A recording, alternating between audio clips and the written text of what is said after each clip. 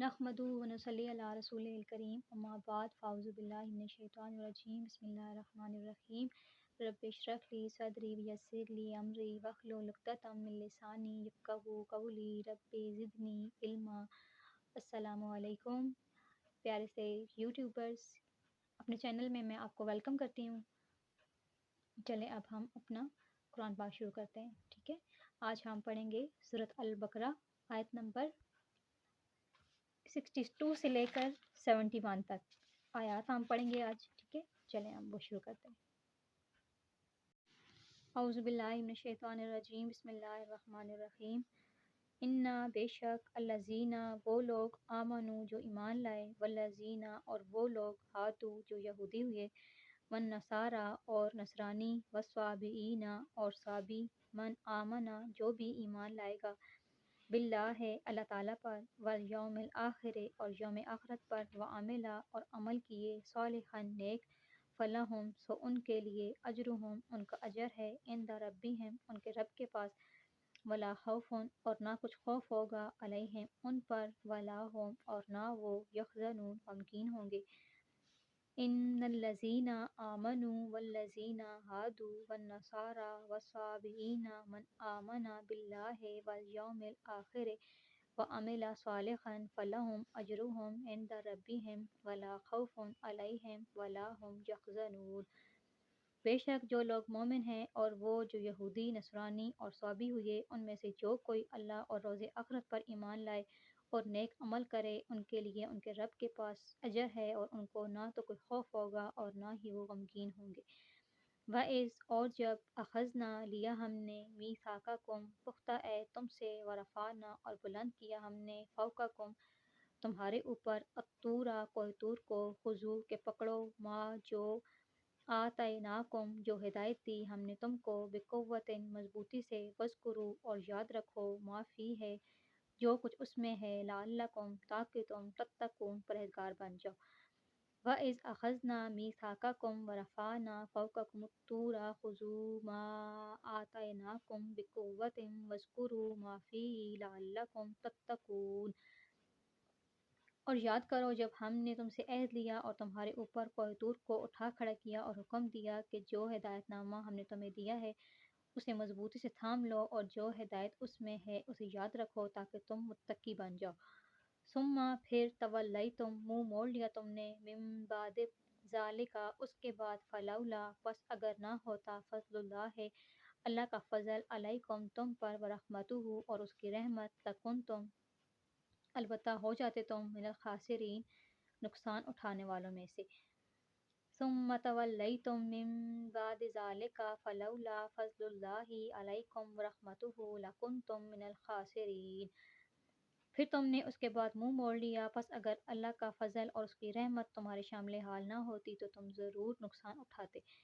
وَلَقَدْ اور البتہ تحقیق، علمتم جان چکے تم، الذین ان کو جنہوں نے، اعتدوا زیادتی کی، منکم تم میں سے، فی السبت ہفتے کے دن کے بارے میں، فقلنا پس کہا ہم نے، لہم ان کے لیے، کونوا بن جاؤ، قردۃ بندر، خاسئین ذلیل۔ وَلَقَدْ عَلِمْتُمُ الَّذِينَ اعْتَدَوْا مِنْكُمْ فِي السَّبْتِ فَقُلْنَا لَهُمْ كُونُوا قِرَدَةً خَاسِئِينَ۔ اور یقیناً تم کو ان لوگوں کا حال بھی معلوم ہو چکا ہے جنہوں نے تم میں سے ہفتہ کے دن سے متعلق احکام الہی سے تجاوز کیا، تو ہم نے ان سے کہہ دیا کہ جاؤ اب ذلیل و خوار بندر بن جاؤ۔ فَجَعَلْنَاهَا پھر بنا دیا ہم نے اس کو، نکالاً عبرت، لما ان کے لیے، بین یدیہا جو اس وقت موجود تھے، وما خلفہا اور جو بعد میں آنے والے تھے، وموعظۃ اور نصیحت، للمتقین ڈرنے والوں کے لیے۔ فَجَعَلْنَاهَا نَكَالًا لِمَا بَيْنَ يَدَيْهَا وَمَا خَلْفَهَا وَمَوْعِظَةً لِلْمُتَّقِينَ۔ بس ہم نے اس واقعے کو اس زمانے کے لیے اور بعد میں آنے والے لوگوں کے لیے ذریعہ عبرت اور عذاب الہی سے ڈرنے والوں کے لیے نصیحت بنا دیا۔ وَإِذْ قَالَ اور جب کہا موسیٰ علیہ السلام نے، لِقَوْمِهِ اپنی قوم سے، إِنَّ اللَّهَ بے شک اللہ تعالیٰ، یأمرکم حکم دیتا ہے تم کو، ان تذبحوا کہ ذبح کرو، بقرۃ ایک گائے، قالوا وہ بولے، اتتخذونا ہزوا کیا تو ہمارا مذاق اڑاتا ہے، قال کہا، اعوذ میں پناہ مانگتا ہوں، باللہ اللہ تعالیٰ کی، ان اکونا اس بات سے کہ ہو جاؤں من الجاہلین جاہلوں میں سے۔ وَإِذْ قَالَ مُوسَىٰ لِقَوْمِهِ إِنَّ اللَّهَ يَأْمُرُكُمْ أَن تَذْبَحُوا بَقَرَةً قَالُوا أَتَتَّخِذُونَا هُزُوًا قَالَ أَعُوذُ بِاللَّهِ أَنْ أَكُونَ مِنَ الْجَاهِلِينَ۔ اور یاد کرو جب موسیٰ علیہ السلام نے اپنی قوم سے کہا کہ اللہ تم کو حکم دیتا ہے کہ ایک گائے ذبح کرو، وہ کہنے لگے کہ کیا آپ ہم سے مذاق کر رہے ہیں؟ موسیٰ علیہ السلام نے کہا خدا مجھے اس بات سے پناہ میں رکھے کہ میں جاہلوں میں ہو جاؤں۔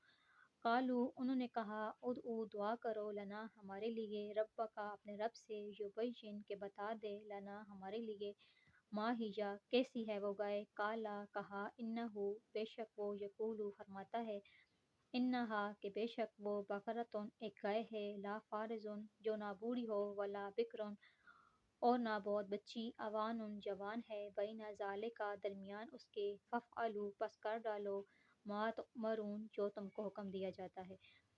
قالوا ادع لنا ربک یبین لنا ما ہی قال انہ یقول انہا بقرۃ لا فارض ولا بکر اوان بین ذالک ففعلوا ما تؤمرون۔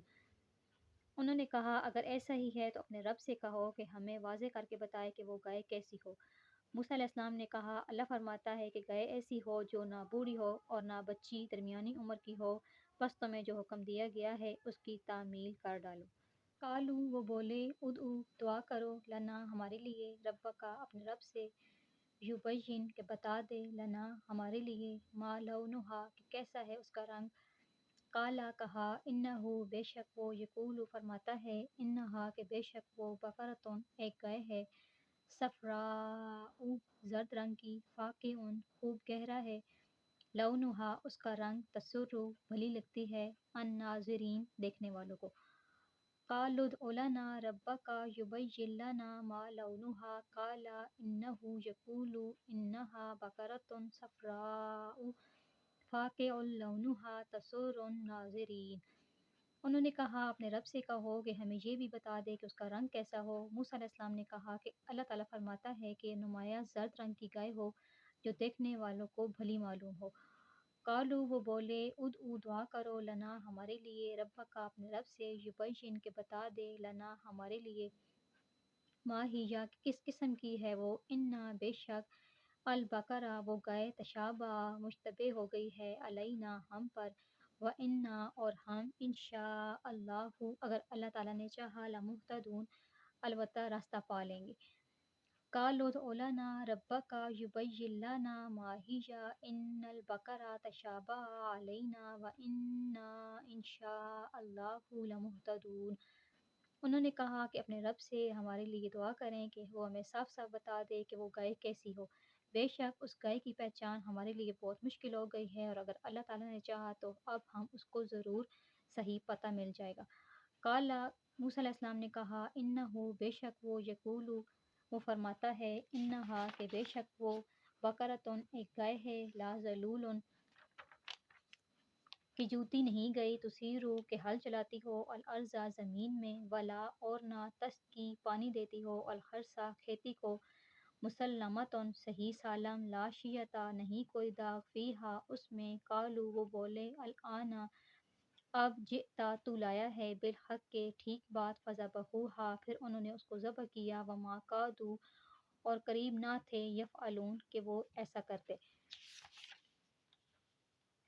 قال انہ یقول انہا بقرۃ لا ذلول تثیر الارض ولا تسقی الحرث مسلمۃ لا شیعۃ فیہا قالوا الآن جئت بالحق فذبحوہا وما کادوا یفعلون۔ موسیٰ علیہ السلام نے کہا اللہ تعالیٰ فرماتا ہے کہ وہ ایک ایسی گائے ہو کہ نہ تو ہل میں جوتی گئی ہو اور نہ کھیتی کو پانی دیتی ہو، صحیح اور سالم اور بیداغ ہو۔ انہوں نے کہا کہ اب آپ نے ٹھیک بات کہی ہے، چنانچہ انہوں نے اسے ذبح کیا اگرچہ وہ ایسا کرنے کے لیے آمادہ نہ تھے۔ صدق اللہ العظیم، جزاک اللہ۔ اچھا آپ نے دیکھا کہ ابھی ہم نے جو آیات پڑھی ہیں وہ ہم نے بنی اسرائیل کا ذکر زیادہ پڑھا ہے نا اس میں، اور بنی اسرائیل قوم تھی کہ وہ بنی اسرائیل ایک موسیٰ علیہ السلام کی قوم تھی اور ان پر اللہ تعالیٰ نے بہت زیادہ انعامات کیے تھے۔ اللہ تعالیٰ نے ان میں بہت سارے نبی بھیجے تھے اور کچھ نبی کو انہوں نے قتل کر ڈالا، کچھ کا انہوں نے انکار کیا، ان کی بات نہیں مانی، ٹھیک ہے۔ تو پھر